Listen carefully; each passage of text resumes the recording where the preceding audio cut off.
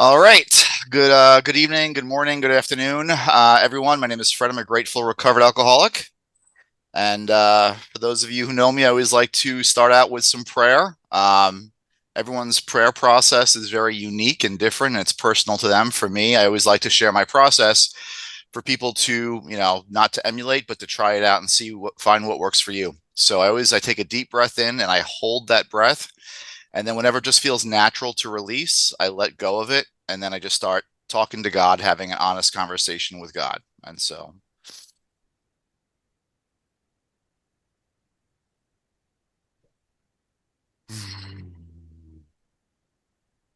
thank you, God, for that breath. And thank you, God, for that awareness.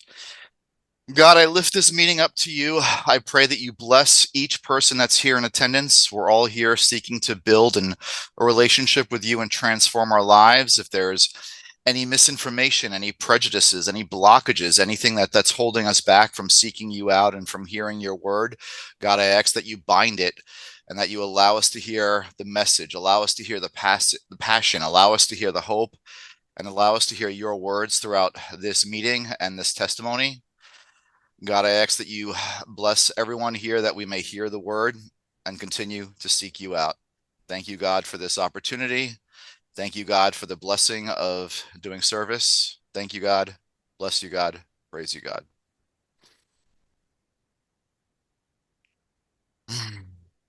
All right. So thank you all.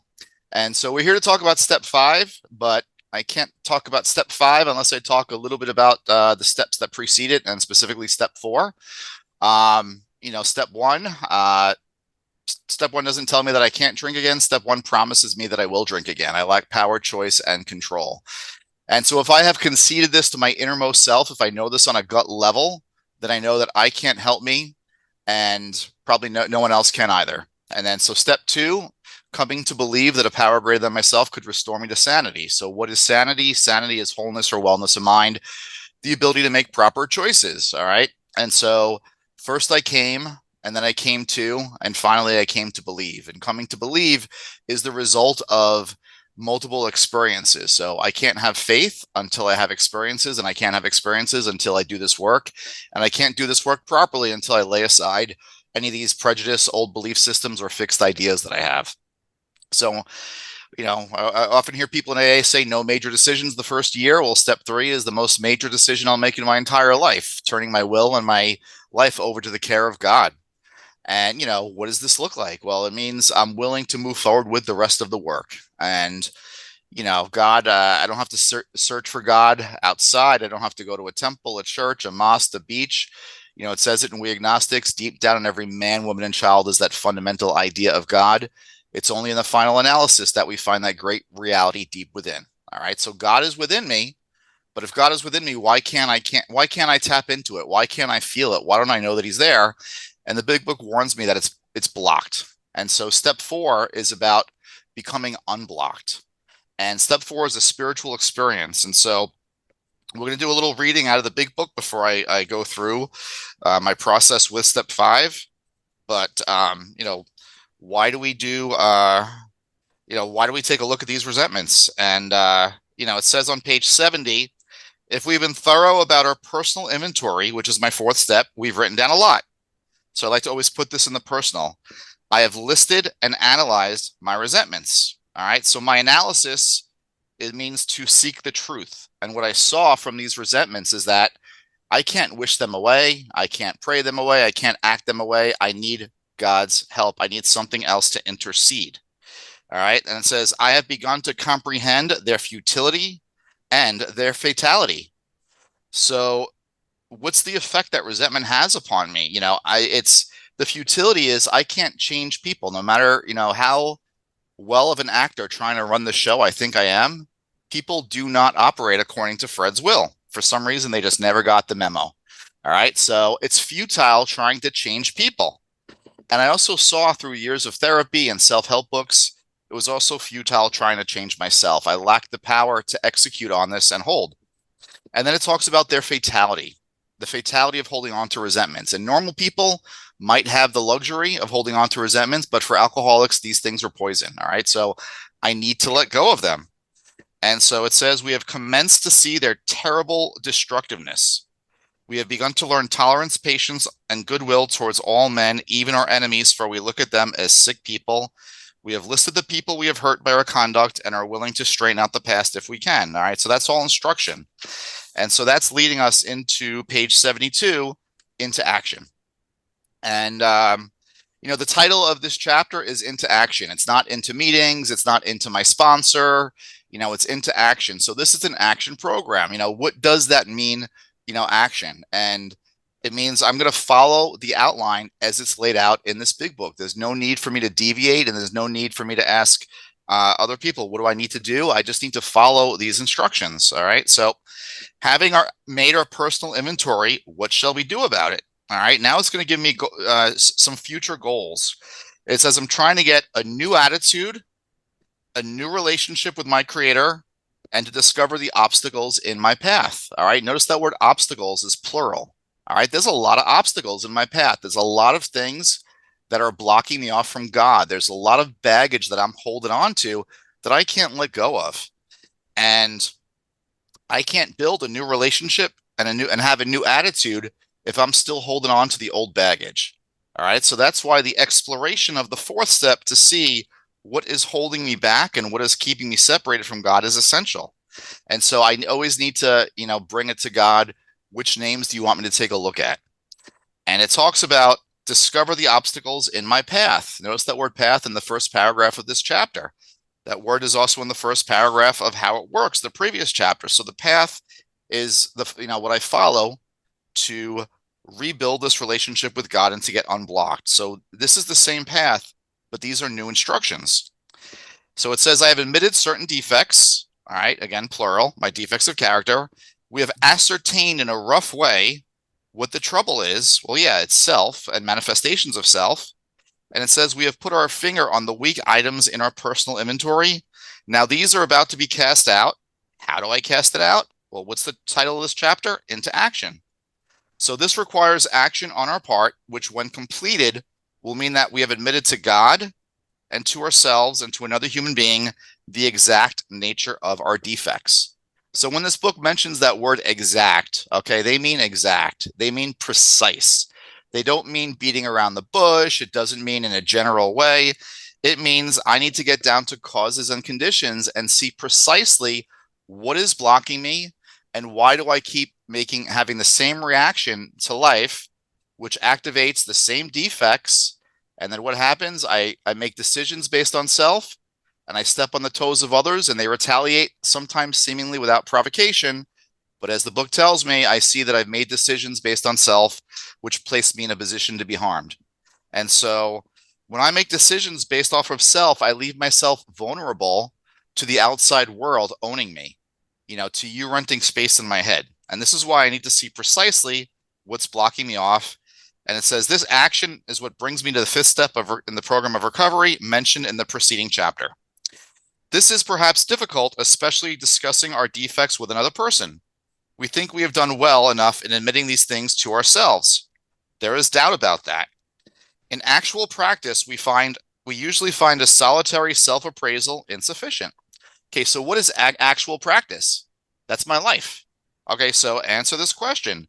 In your life, are you able to do a solitary self-appraisal sufficiently? And the doctor's opinion warns me that after a period of time, the alcoholic can't differentiate true from false. And I see that, I'm sober since March of 2008, 15 and a half years. And if my mind still tries to rationalize something, I'm likely to believe it. All right. It gives a pretty convincing testimony. My mind can tell me that every single person here does not like me and everyone's judging me.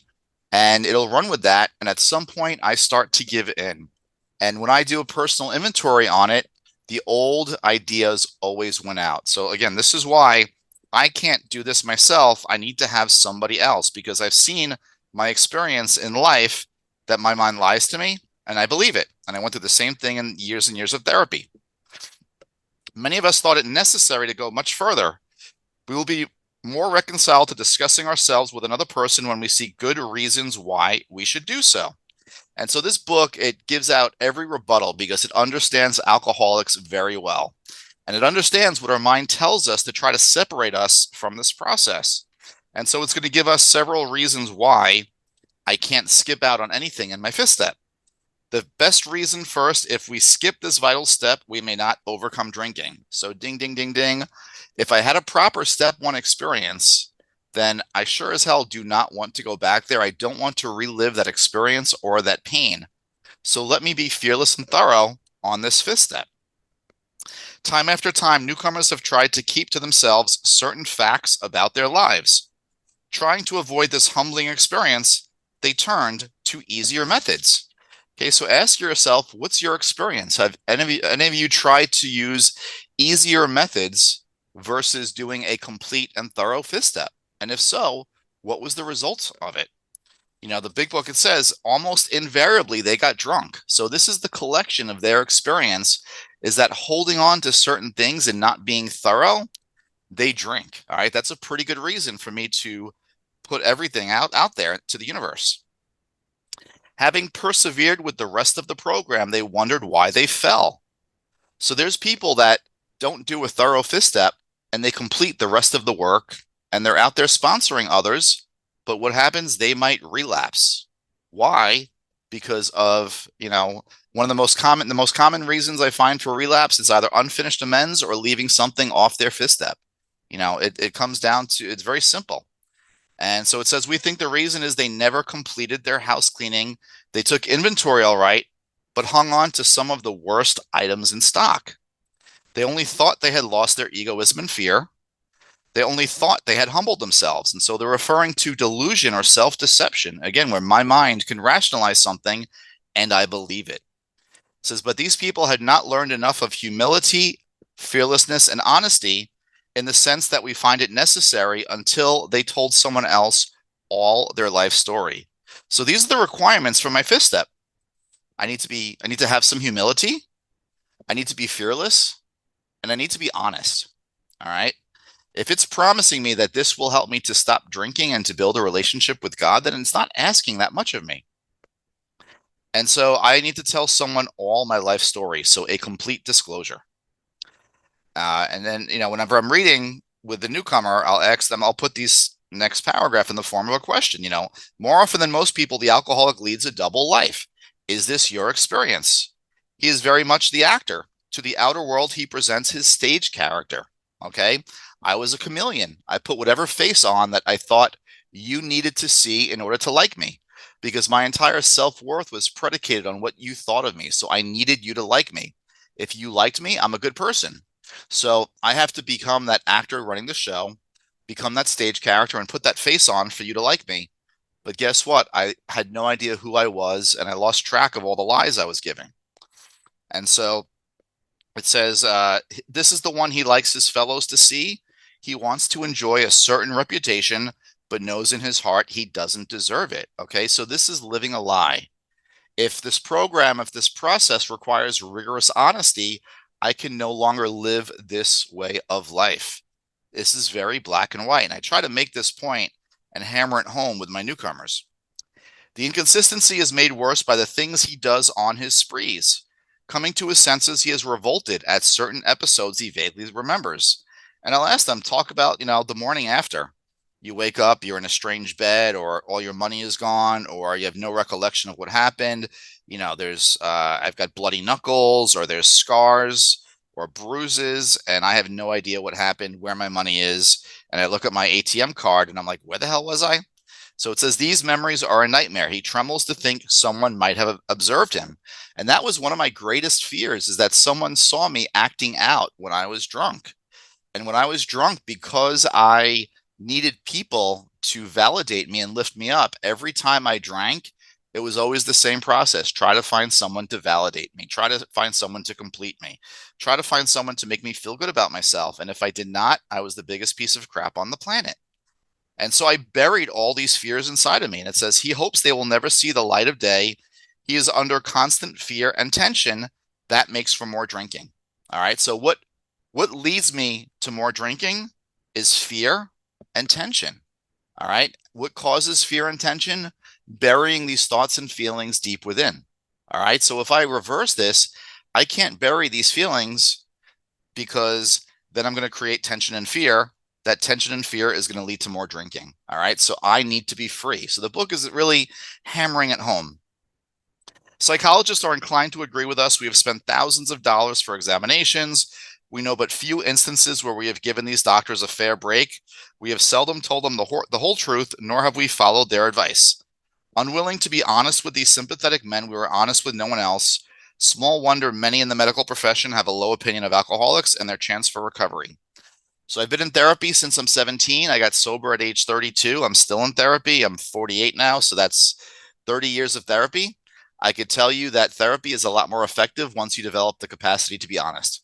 And once I start telling the truth to my therapist and giving her an opportunity to actually help me, instead of giving her half truths and trying to get her to co-sign my BS and tell me that, you're a victim and the world is out to get you and these people are wrong and I can't believe it happened to you again, because this is what my mind told me. So the bottom of page 73, we must be entirely honest with somebody if we expect to live long or happily in this world. So I would love to have a happy life.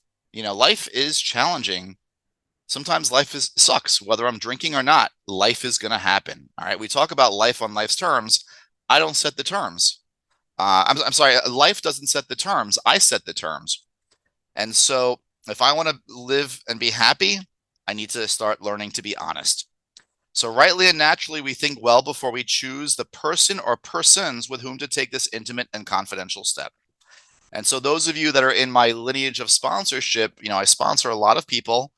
And we do a lot of written inventory. We write out our 10 steps the same way that we do our 4th steps, and we bounce them off other people. So whenever I'm jammed up, I write out my 10 step and I bounce it off my sponsees. And so I have my sponsees bouncing their inventory off other people as well too.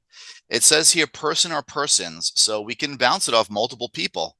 The key, which I always tell my sponsees, yes, if you want to hear a certain answer, if you go to enough people, you're going to find someone who's going to give you a certain answer. That's not why we're bouncing this off other people. We're bouncing it off people who have had similar experiences, who could offer testimony based off of their own experience. But it talks about the 5th step as being intimate and confidential. All right. These are very important terms. So intimate means to make myself vulnerable. All right. There's a lot of things that I swore I was taking to the grave and I shared during my 5th steps. And even nowadays, when I do a 5th step, if I see that the person is nervous, there was always a few things that there were 3 separate events that I'm never telling another soul. And then, once I recovered and I shared about them in my 5th step and God relieved my emotional attachment to this outcome, whenever I see somebody is nervous, I'll pray and I'll ask God, if I'm meant to share one of these things to make them feel more comfortable, please inspire me. And more often than not, I'll say, all right, listen, before we begin, I see you're a little nervous. I see you're a little uncomfortable with this. And I'll share one of these deepest, darkest secrets, one of these things that led me to drinking nonstop. And I always see that relief in their face, like, wow. And I tell them, listen, now you know something deep and dark about me. I am trusting you with this. All right. So now in that same respect, I'm asking you to trust me. I always tell them, you can share anything. It's between me, you, and Facebook. And there's that like brief look in their eyes, like, what? And then they start laughing. It's actually a really good icebreaker. So yes, don't worry. Everything you tell me is safe. It's just between me, you, and Mark Zuckerberg. So, but yeah, then people laugh and they're like, all right, please don't put this on Facebook. And then I'll talk about the 12th tradition, about spiritual anonymity. And I treasure my relationship with God more than I treasure my relationship with my family, because without my relationship with God, I don't have a family. I don't have life. I don't have hope. And so if someone was to share something intimate with me and I was to go and blabbermouth it, well, guess what? I have to think that my recovery would now be in jeopardy.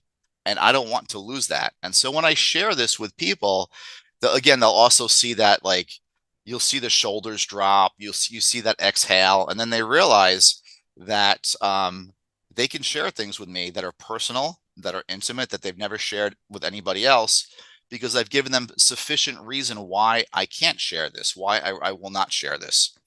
And So it says those of us belonging to a religious denomination which requires confession must and of course will want to go to the properly appointed authority whose duty it is to receive it. My personal opinion is that this is antiquated suggestions. Now there are more than enough sponsors with experience that you can go to that have been through this work. It says, though we have no religious connection, we may still do well to talk with someone ordained by an established religion. Okay, so we can still bounce certain things off of other people. We often find such a person quick to see and understand our problem. Of course, we sometimes encounter people who do not understand alcoholics. If we cannot or would rather not do this, we search our acquaintance for a closed-mouthed, understanding friend. Again, you should not have to travel too far. Perhaps our doctor or psychologist will be that person. It may be one of our own family, but we cannot disclose anything to our wives or our parents, which will hurt them and make them unhappy. We have no right to save our skin at another person's expense. Such parts of our story we tell to someone who will understand yet be unaffected. And this is something else I'll point out to the sponsee that, listen, I know how painful some of these things are in your mind and in your life, but because I haven't been through it, I don't have that same emotional attachment to you that you do. So I will not be affected by this. It's not going to change my, I've had people say, well, I don't want to share this with you because I don't want you to judge me, or I'm afraid you're not going to like me.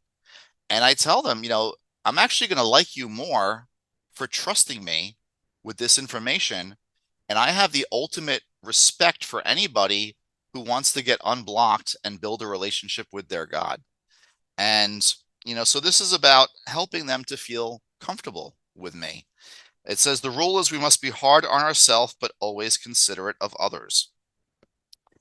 And so, all right, we get into the meat and potatoes soon. So notwithstanding the great necessity for discussing ourselves with someone, it may be one is so situated that there is no suitable person available. And this, in this day and age, should not be a reason to hold back on a fifth step. If your sponsor is unavailable, there are other people that I'm sure you trust that you can reach out to. If that is so, this step may be postponed only, however, if we hold ourselves in complete readiness to go through with it at the first opportunity. And, they understand the minds of alcoholics because if you give them an inch, they're going to take a mile. So by saying, yeah, you could postpone this if you can't find someone, people are going to push it off indefinitely. But it's giving us this caveat that we need to go through with it at the first opportunity. And why? We say this because we are very anxious that we talk to the right person. It is important that he be able to keep a confidence that he fully understand and approve what we are driving at, and that he will not try to change our plan, but we must not use this as a mere excuse to postpone. Okay, when we decide who is to hear our story, we waste no time. All right, so we dive right into this. It's not about, all right, let's do this next week, let's do this next month. It's when do we both have a free time slot with a good couple of hours? It says we have a written inventory and we are prepared for a long talk. My first deep and thorough fourth step took 19 hours. It was over 3 days. My sponsor was married, had kids, and had 2 jobs. And he made time for me, including on his birthday, to finish my fifth step. Nowadays, I usually don't go that long with people, but I did have several that were 20 plus hours during my first few years of sponsorship. And I'll explain the evolution of the fifth step from my journey in a little while. So it says we explain to our partner what we are about to do and why we have to do it. He should realize that we are engaged upon a life and death errand. Any person in AA who's been through the work understands this and is, honored to sit there and listen. Most people approached in this way will be glad to help. They will be honored by our confidence. All right, so now we read a lot of preview leading to the fifth step, and this next sentence is the instruction. It says we pocket our pride and go to it, illuminating every twist of character, every dark cranny of the past. Okay, so it's first word is we. Again, this is a we program, and I can't do a fifth step unless there's a we. All right, so we pocket our pride. Remember, we talked about humility is essential. So everything that pride is holding on to, every fear, I need to put that in my pocket and lay that aside.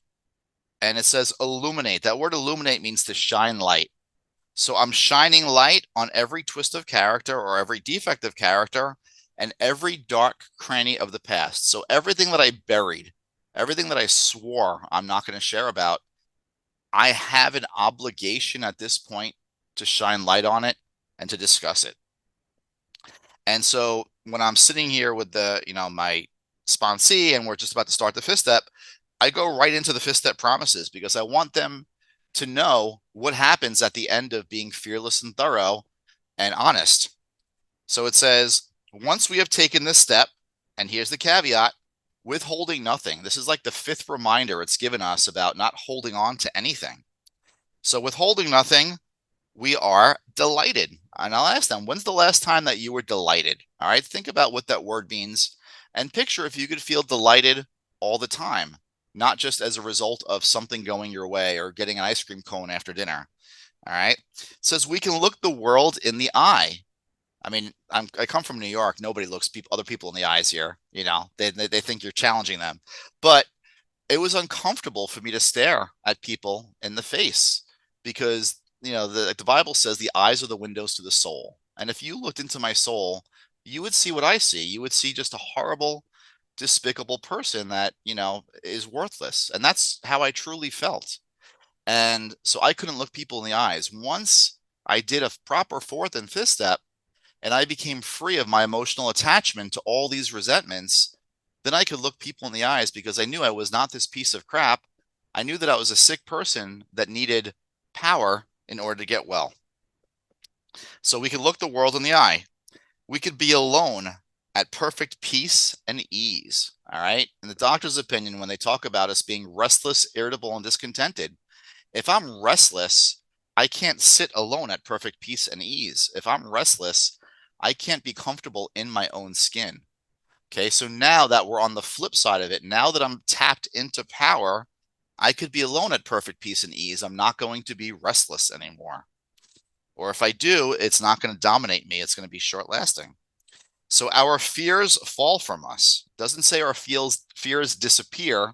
They fall from us. Why? Because fear only exists between my two ears, and my mind, when it's sick, can conjure them up in a moment's notice. All right.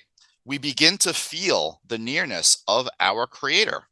All right. So this is an awareness of God's presence. This is part of the spiritual awakening.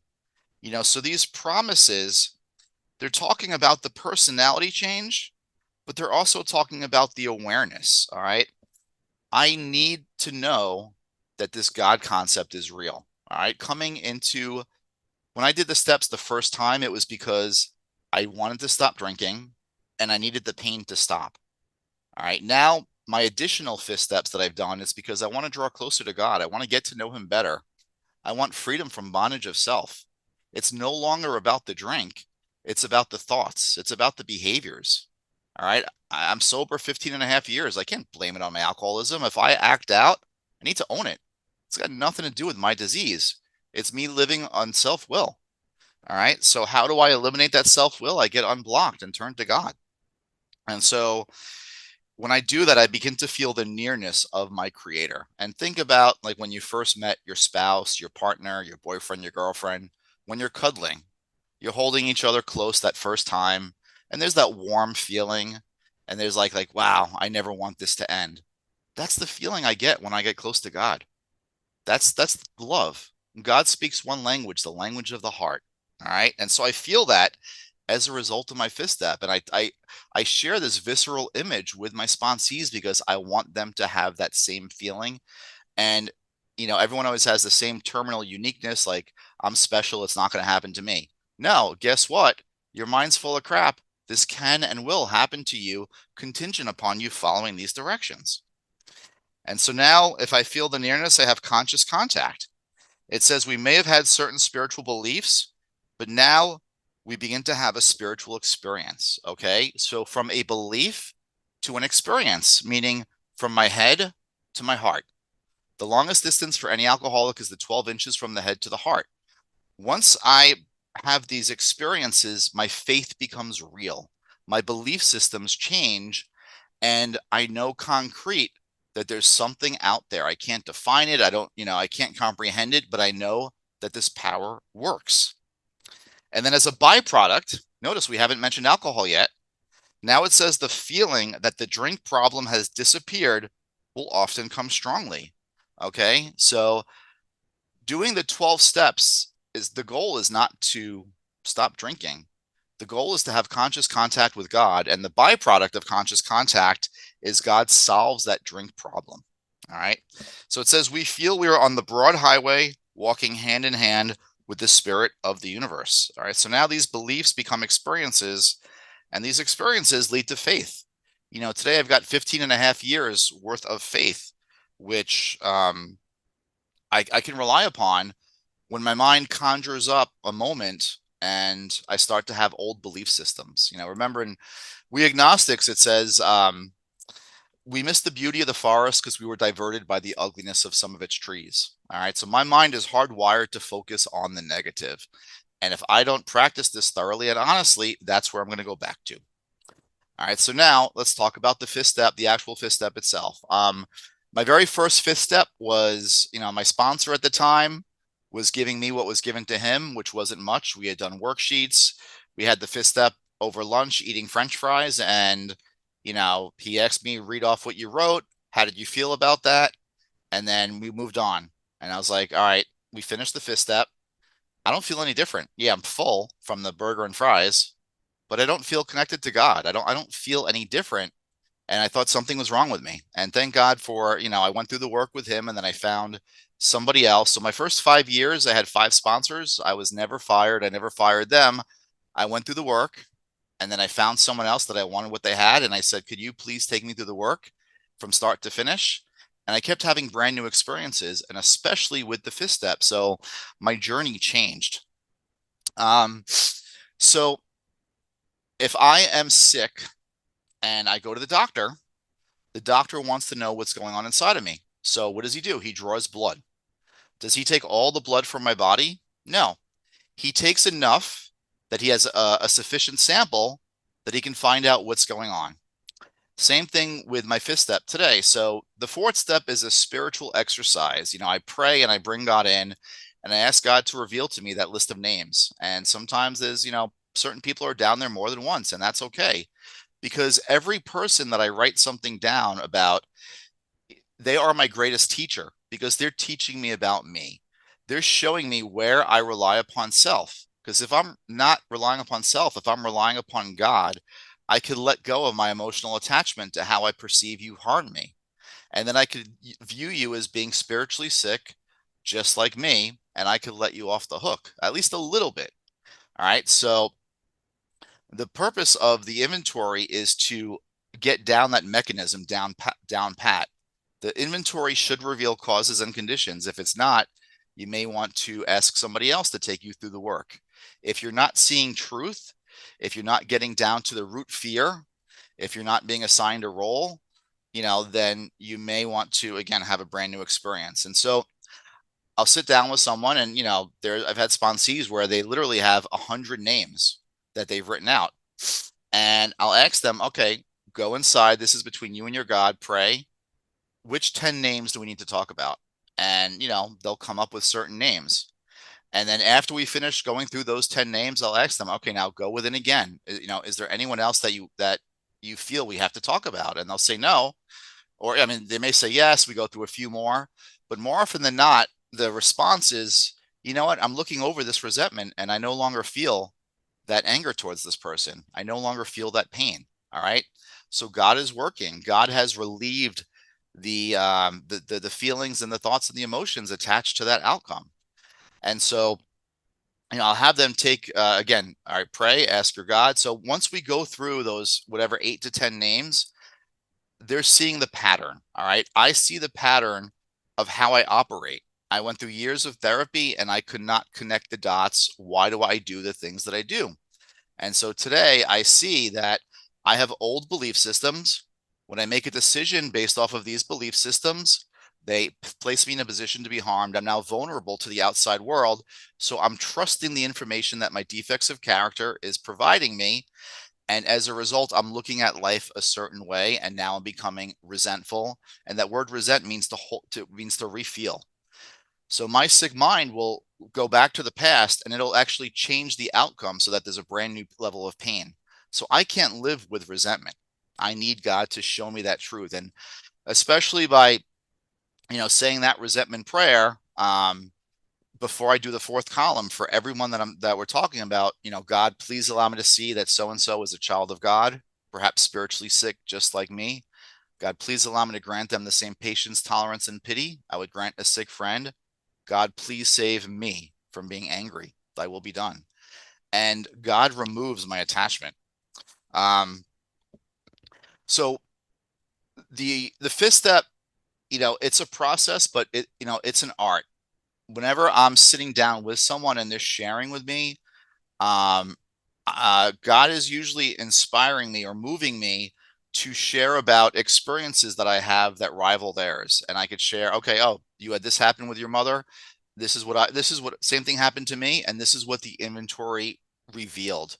Okay. So the key is helping them to connect those dots and to see making that same mistake over and over again, repeating the same pattern because I'm relying upon self, the same belief systems. And so once they could see that truth, then we can move on. So, we spend however much time going over resentments. And then from that extended third column, we have fears that are connected to the resentment. And we go through those fears to see what the role is that's assigned and what is that action. And I'll always ask them, okay, what action do you see your God having you take to walk through this fear? And because it's not about me guiding them, it's about them connecting to their God and learning to rely upon it. And at this point, everything is flowing. They're like, wow, I don't even have to, I don't even have to pray. As soon as you ask that question, the answer is right there. And what I'll point out to them is, that unsuspected inner resource, which is connecting. The book tells us God speaks to us through inspiration and intuitive thought or a decision. All right. I know when it's God's word and I know when it's Fred's word. And when, I tell them when I ask you that spiritual question and you get an answer and it's not coming from you, I want you to pay attention to that feeling. All right. For me, if I feel warmth on my chest. If God's giving me confirmation or validation of something, I'll feel warmth on my chest. If it's not, if I'm self-willing it, I feel just like a little twist or turn, like something just doesn't feel right. All right. Now I've learned how to trust this feeling. I've learned how to tune into this. And if you don't feel this, that's okay. This is just how it works for me. Then we move on to sex conduct. I'm sorry, then we move on to fears that are unrelated to resentments. Go through them the same way, making sure that they are breaking it down to find that root fear, and then writing out that fear prayer, getting assigned that role, and asking God, please remove my fear of fill in the blank and direct my attention to what you would have me be. Remember, we're human beings, we're not human doings. So God assigns me a role. He's not going to micromanage my life. It's up to me to utilize my free will and make choices which are aligned with that. So then once I move on to sex conduct, we a lot of people that I've worked with, I work with a lot of people that it's not their first time going through the work and they've never done a sex ideal. And so once we go through that, the book is very specific that we are not the arbiter of anyone's sex conduct. And so, I'm very specific to that with them that my job is not to judge. My job is not to point things out. My job is just to make sure that you have done this correctly and thoroughly. And so, they're sharing their deepest, darkest secrets. I mean, I've heard well over 100 fifth steps, I've heard a lot of sex crimes. And, but, the book is very specific. It says, hang on, let me just go to it. So on page 69, where it asks us, all right, so it says, in this way, we tried to shape a sane and sound ideal for our future sex life. We subjected each relation to this test. Was it selfish or not? Okay, so I'll tell my sponsee or whoever, write out a list of the perfect mate, the perfect spouse, the perfect partner, whatever adjectives come to mind. And, faithful, compassionate, spiritual, loving, respected. And then we go through it. And then we ask, is it selfish or not? You always have people, I want tall, dark, and handsome. I want, big butts or big whatever. And well, that's selfish. So we want to cross that off the list. And then I let them know that if this is what you want, we have to give in order to get. All right. If your sex ideal is compassionate, faithful, respectable, spiritual, forgiving, you name it, you now have to be this person in order to give it. And it gives us a very specific prayer, and we write it out. It says,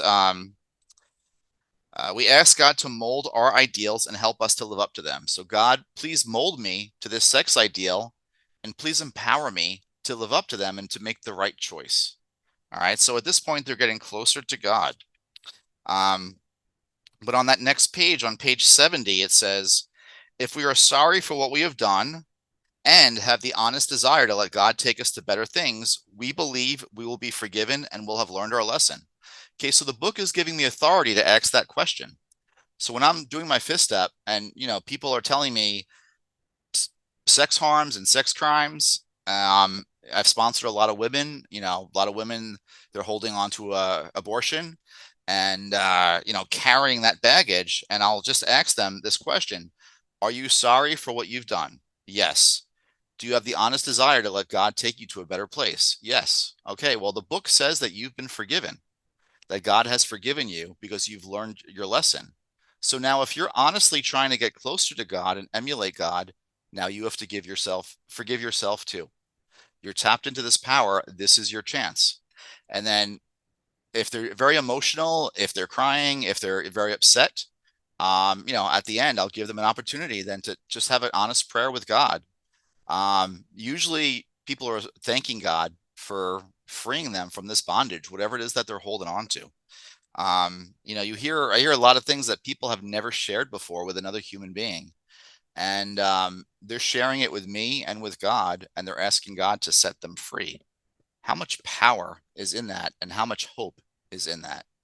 And then we'll go through. It says, to sum up about sex, we earnestly pray for the right ideal. All right, there's my sex ideal. For guidance in each questionable situation. Okay, the very last part of the inventory, what should I have done instead? All right, so I'm getting a starting point. For strength to do the right thing. I'm sorry, for sanity, which is wholeness or wellness of mind to make good choices, and for strength to do the right thing. So the power to make the right choices. All right, so my job listening to that fifth step is just to guide them through there. I'm just a tour guide, and that's it. So then once we finish that, I always prefer that they do take the hour while I'm sitting there. Sometimes I take away their cell phone. But I tell them, listen, this is between you and God. This is the most honest and connected you might ever feel in your entire life to God, is this next 60 minutes. I want you to please take this seriously and thoroughly and go through, ask God, is there anything I've forgotten? Is there anything I've omitted? Is there anything I need to talk about? And I have them go through the inventory to see what jumps out at them. And, specifically, we ask God, we thank God from the bottom of our heart for the chance to get to know him better. I'm going to wrap it up in just a minute, but page 66, it says, we turn back to the list, for it held the key to the future. So what is the key to my future? It's not my sponsor. It's not my home group. It's not my coffee commitment. It's written inventory. Written inventory is the key to my future because this is what gets me unblocked. All right. So now on the bottom of page 75, it says, returning home, we find a place where we can be quiet for an hour, carefully reviewing what we have done. All right.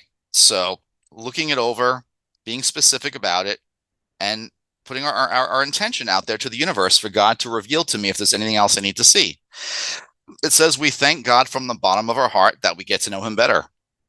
And sometimes people will write out a prayer. For me, if I was to do it right now in this second, God, I'm so grateful for every freedom you've given me. I'm so grateful to get to know you better through this process. And I hope to continue to transform my life. Thank you, God, for blessing me and guiding me.